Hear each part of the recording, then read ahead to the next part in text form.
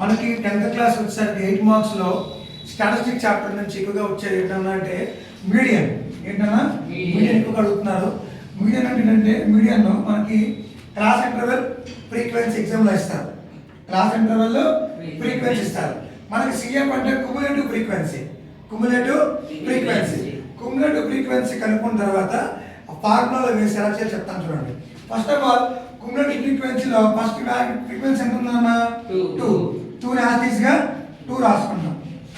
Next cross కలుపుకుంటూ వెళ్ళిపోవాలి, add చేసుకుంటూ వెళ్ళిపోవాలి. 2 + 3 5 5 + 8 వెరీ గుడ్ 13 13 + 6 19 వెరీ గుడ్ 19 + 6 25 25 + 3 28 28 + 2 30.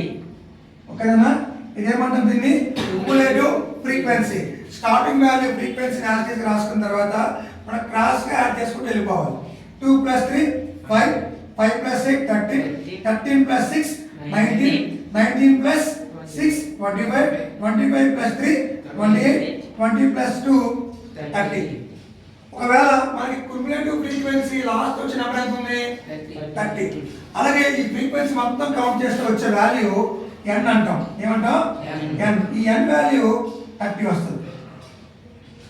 2 + 3 + 8 + 6 + 6 + 3 + 2 30 వస్తుంది. ఫ్రీక్వెన్సీ మొత్తం యాడ్ చేస్తే వచ్చే ఆన్సర్ కుములేటివ్ ఫ్రీక్వెన్సీ లాస్ట్ వచ్చే వాల్యూ రెండు కూడా ఎలా ఉంటాయంటే ఈక్వల్గా ఉంటాయి. ఎలా ఉంటాయి? ఈక్వల్గా ఉంటాయి. ఒకవేళ ఎగ్జాంపుల్ మీరు ఆడింగ్ తప్పిస్తారనుకోండి, మీకు తెలిసిపోతుంది. మీకు ఈ ఫ్రీక్వెన్సీ ఎంతైతే వస్తుందో లాస్ట్ నెంబర్ కూడా సేమ్ వస్తుంది అనమాట. ఏంటన్నా ఇది ఏ వాల్యూ? ఇది ఫ్రీక్వెన్సీ మొత్తం కౌంట్ చేస్తే వచ్చే వాల్యూ n వాల్యూ. ఏ వాల్యూ అన్నా? n value. n = 30. ఇప్పుడు n/2 చేస్తాం. 30/2 ఎంతన్నా? ఎంత? 15. ఎంతమ్మా?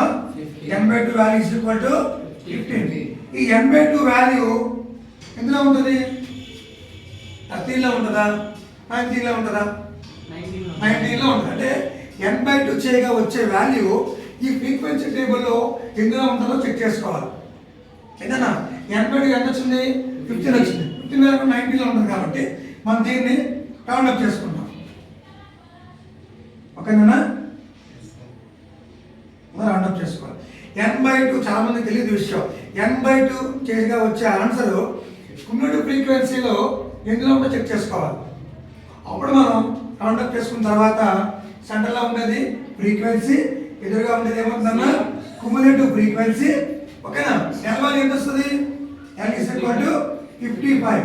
అంటే lower boundary plus upper boundary by 2 = 55. లేదనుకోండి యాక్చువల్గా మనకి ఫ్రీక్వెన్సీ టేబుల్లో క్రాస్ చేసాం కదా, అందులోనే ఫస్ట్ వాల్యూ ఏమవుతుంది? n వాల్యూ అవుతుంది. n = ఎంత అన్నా? 55. ఫ్రీక్వెన్సీ ఎంత? ఫ్రీక్వెన్సీ చెప్పాలి 6. కుములేటివ్ ఫ్రీక్వెన్సీ ఎంత అన్నా? 13. ఓకే, h వాల్యూ ఎంత వస్తుంది? h అంటే క్లాస్ సైజ్ ఎంత అన్నా? h = 5. మన ఫార్ములా చెప్పండి. Median formula median L + n/2 minus cumulative frequency by frequency into h. ఏంటన్నా? L + n/2 minus cumulative frequency CF by frequency అంటే f into h అన్నమాట. ఇక్కడ L వాల్యూ ఎంత అన్నా? 55. n/2 వాల్యూ ఎంత అన్నా? 15. CF వాల్యూ ఎంత? 13. f వాల్యూ ఎంత అన్నా? 6. h value 5. యాక్చువల్గా మనం టేబుల్లో ఫార్ములాలో వేసుకున్నాం. L కూడా చెప్పండి. 55 + 15 minus 30 by frequency 6 కన్నా ఇంటూ h వాల్యూ ఎంత? 5. ఓకేనా? 55 ప్లస్ ఎంత వస్తుంది వాల్యూ తీస్తే? 2. Very good. 2/6 ఇంటూ 5. 2 1 0 2 3 0 అంటే 55 ప్లస్ 5/3. 5/3 వాల్యూ ఎంత అన్నా? అంటే మనం డివైడ్ చేయాలి. ఓకేనా? 3ని మనం 5తో డివైడ్ చేస్తే 3 1 0 3 2 మిగులుతుంది. 2 6 0 18. ఓకేనా? అంటే మనకి ఏమొస్తుంది? 1.6. సో ఎంత వస్తుంది? యాడ్ చేసేయండి. 55 ప్లస్ 1.6 ఏమొస్తుందన్న? 56.6 అప్రాక్సిమేట్లీ 56.6 అప్రాక్సిమేట్లీ రాసుకోవాలి. ఓకేనా? Formula L plus n/2 minus cumulative frequency by frequency into H. ఓకేనా? మనకి n/2 చేయగా వచ్చే ఆన్సర్ ఏదైతే ఉందో అది క్యుములేటివ్ ఫ్రీక్వెన్సీ ఎందులో ఉందో చెక్ చేసుకుని రౌండ్ అప్ చేసుకున్న తర్వాత స్టార్టింగ్లో ఉండే వాల్యూ L వాల్యూ అవుతుంది. తర్వాత frequency cumulative frequency. So as it is మనం చక్కగా టేబుల్ నీట్గా రాసుకొని చక్కగా చేసుకుంటాం. మనకు 8 మార్క్స్ అనేవి ఈజీగా గెయిన్ చేయొచ్చు. ఈజీ టాపిక్ టేబుల్ రాసుకుని టేబుల్తో పాటు ఫార్ములా చక్కగా నేర్చుకున్నట్టయితే మనకి 8 మార్క్స్ అనేవి యాస్టేజ్గా చక్కగా మన మార్క్స్ అనేవి గెయిన్ చేయొచ్చు. ఏంటన్నా?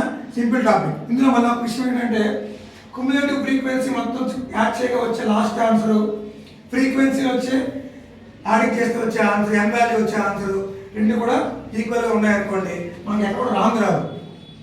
చాలామంది ఏం చేస్తారు, ఫ్రీక్వెన్సీ వాల్యూ కౌంట్ చేసిన రెండు టాలీ అవ్వకపోయింది అనుకోండి మనకి ఫస్ట్ ఏమో చెక్ చేసుకోవచ్చు. ఇప్పుడు ఆన్సర్ రాదు కాబట్టి చక్కగా నీట్గా మనం చెక్ చేసుకొని నీట్గా 1 by 1 నీట్గా n/2 వాల్యూ ఎలా చక్కగా రాసుకొని మన మీడియం ఫార్ములా వేసుకొని చక్కగా రాసుకుంటే అయితే మీకు 8 మార్క్స్ అలా ఫుల్గా పడతాయి.